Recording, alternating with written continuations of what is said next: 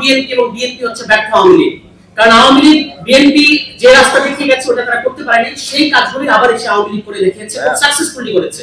কিন্তু বিএনপি নিজের দেখানো রাস্তায় নিজেকে খাদের মধ্যে পড়েছে। আজকে আপনি পত্রিকা নিউজ দেখবেন যে এখন যে নতুন প্রধানমন্ত্রী বাসভবন হচ্ছে, সেখানে বাংকার করা হচ্ছে, সেখানে টানেল করা হচ্ছে। আপনি কোথায় যেতে চান? আপনি কোথায় যেতে চান? সংসদে আপনি নির্বাক থাকেন এবং পার্লামেন্টারি ডেমোক্রেসির নামে আপনারা দেখেছেন যে স্বরাষ্ট্রমন্ত্রী তিনি ক্রীড়া বিষয়ক প্রশ্নের উত্তর দেন, স্বাস্থ্য বিষয়ক প্রশ্নের উত্তর দেন, তিনি সভ্যসাচী সমস্ত বিষয়ের প্রশ্ন উত্তর দেন।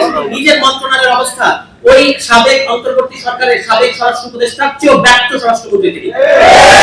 সমস্ত বিষয়ে তিনি উত্তর দিচ্ছেন, তো নিজের মন্ত্রণালয়ের খবর নাই। গত 2 মাসে তাদের নিজেদের অন্তর্কন্দলে এই পর্যন্ত 30 জনের অধিক বিএনপি নেতাকর্মী হত্যার শিকার হয়েছে। কিন্তু তিনি বাংলাদেশকে সংবিধান পড়াচ্ছেন, যে সংবিধান আবার প্রতি পদে পদে প্রতি বাক্যে বাক্যে তিনি ভুল বলেন, বিভ্রান্তিকর তথ্য দেন। তিনি মনে করেন সংবিধানের ধারা উপধারা 115 হচ্ছে এটা আছে, 64 হচ্ছে এটা আছে, এটা বুঝাই নাকি সংবিধান বোঝা।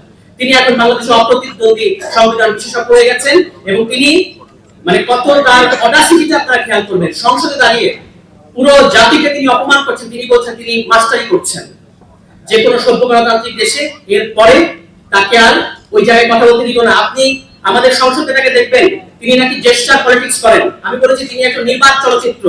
সংসদে তিনি বসে থাকেন, তিনি জুলাই সড়ক নিয়ে কথা বলেছেন, বিরোধী দলের নেতা কথা বলেছেন, চিফ হুইপ কথা বলেছেন, বিরোধী দলের সমস্ত সংসদ সদস্যরা কথা বলেছেন, কিন্তু আমাদের নির্বাক চলচ্চিত্র একটা সেকেন্ড মুখ থেকে একটা শব্দ বের করেন নাই। তার পক্ষে কথা বলেন স্বরাষ্ট্রমন্ত্রী। বলে যেহেতু অন্য কথা বলবেন, আমি আর কথা বাড়াবো না, শুধু একটা জিনিস আপনারা খেয়াল করবেন, মাছ নেয় বড় মাছ ছোট মাছকে গিলে খায়।